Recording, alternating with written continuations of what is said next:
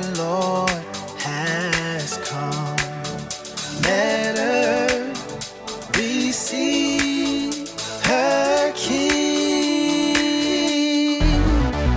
Let every heart prepare him room, and heaven and nature sing, and heaven and nature sing, and heaven and heaven and nature.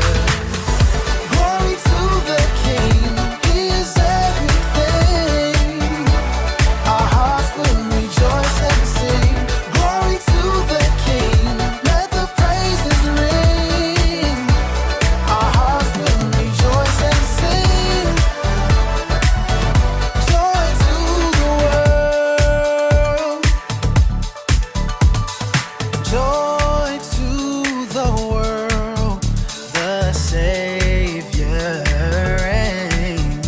Let men their songs employ, while fields and floods, rocks, hills, and plain repeat the sound and joy. Repeat the sound and joy. Repeat the sound and glory to the King, he is everything. Our hearts will rejoice and sing. Glory to the King, let the praises ring. Our hearts will rejoice and sing.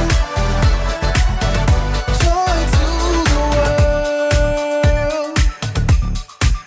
Keep them bells ringing. Keep them bells ringing. Keep them bells ringing. Yeah. Keep them bells ringing.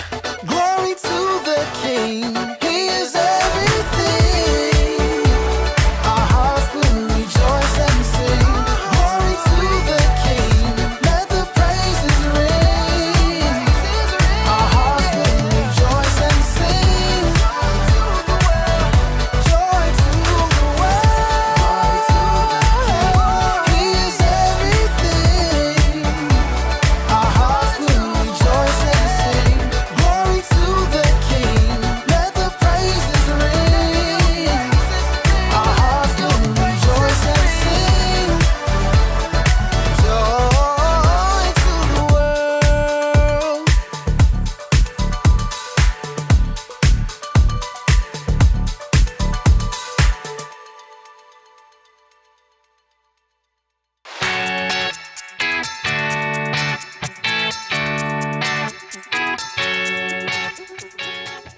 What's up, everybody? My name is Jacob, and if nobody said it to you yet, let me be the first to say Merry Christmas! Joy to the world, the Lord has come. We all know what Christmas is about, right? It's about Christmas pie!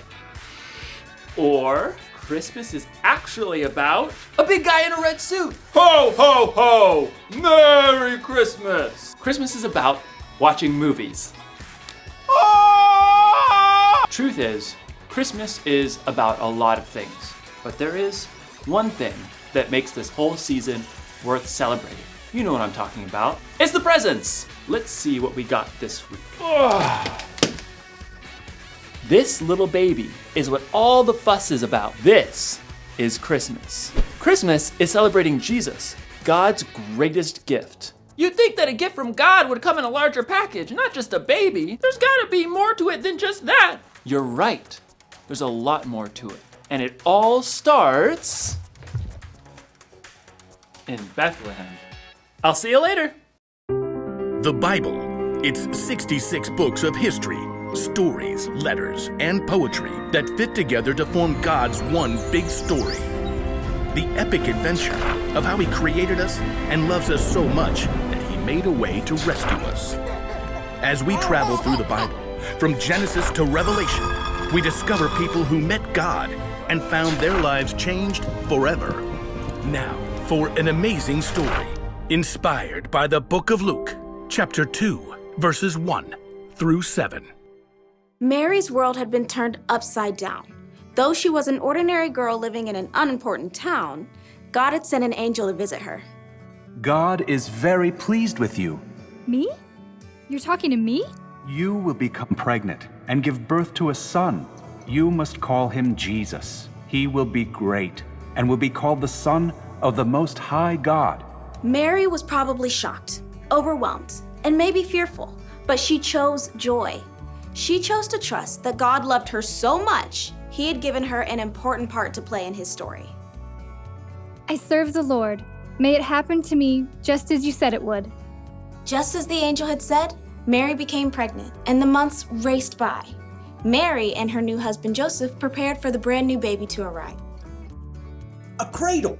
I'll make him the most beautiful cradle you've ever seen. Joseph was a carpenter and took pride in creating smooth tables and sturdy cartwheels, but his work was soon interrupted. Mary, Joseph, and every person in the tiny town of Nazareth streamed out of their homes. A messenger on a dusty horse skidded to a stop in the small town market. Is this really a town? It doesn't deserve a dot on the map.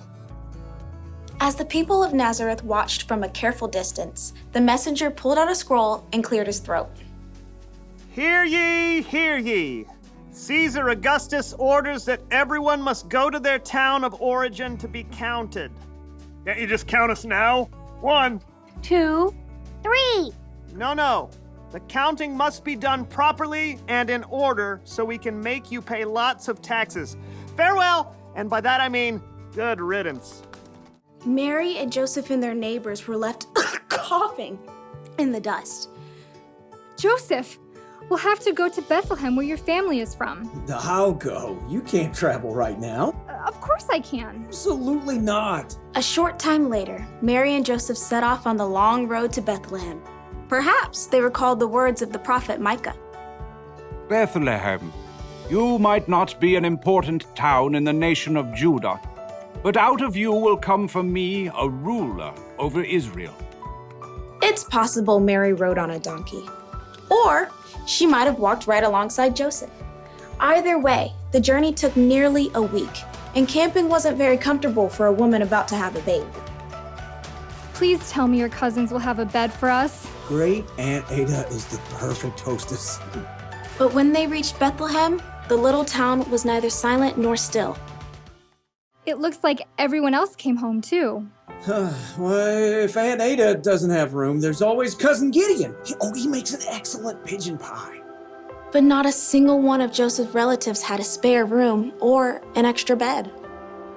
Please, just anywhere. This baby is coming soon. At last, someone found them room, in a place where the animals stayed. Absolutely not. We'll take it. Mary and Joseph did everything they could to get the space ready for a new baby. Clean hay, fresh water, and in a short time, Mary's baby was born. It's a boy! His name is Jesus. Mary tore a clean cloth into wide strips and tightly wrapped her baby to keep him warm and cozy. No cradle? Where will he sleep? Put fresh hay in the animal's feeding trough. We'll lay him in there. What about the sheep? They don't mind. Mary lay her tiny baby in the clean hay, the king of the whole world, sleeping in a manger next to the animals. He's perfect. Yes, he is. In the most unexpected place, at the most unexpected time, God had shown his love. He sent his very own son as a baby to rescue the whole world.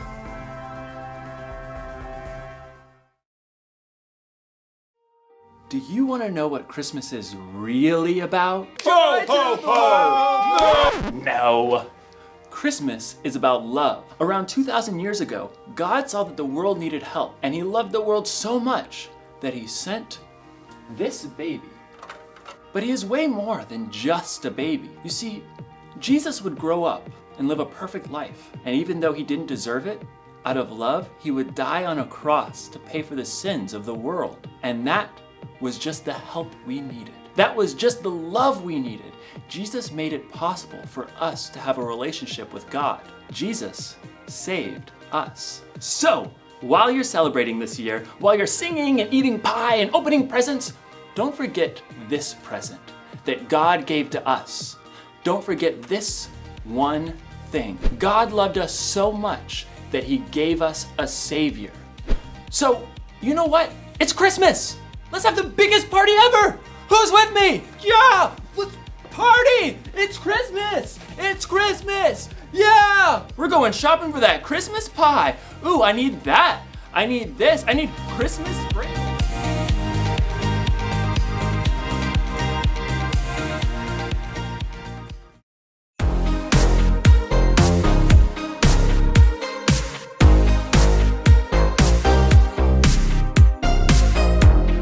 Long ago and late one night, angels came in glorious light, singing songs about a Savior that was born. He came down from heaven above to bring us perfect peace and love, and things would change forever on that Christmas morn. No better news was ever told.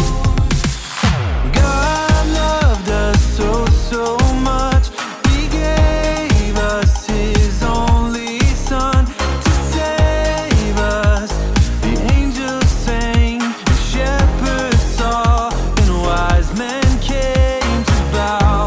God knew everything we needed, and so he sent us Jesus. The greatest gift in the world is with us now.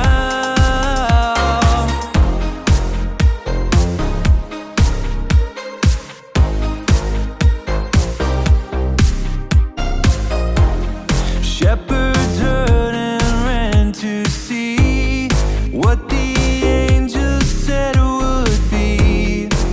And in Bethlehem they found that it was true.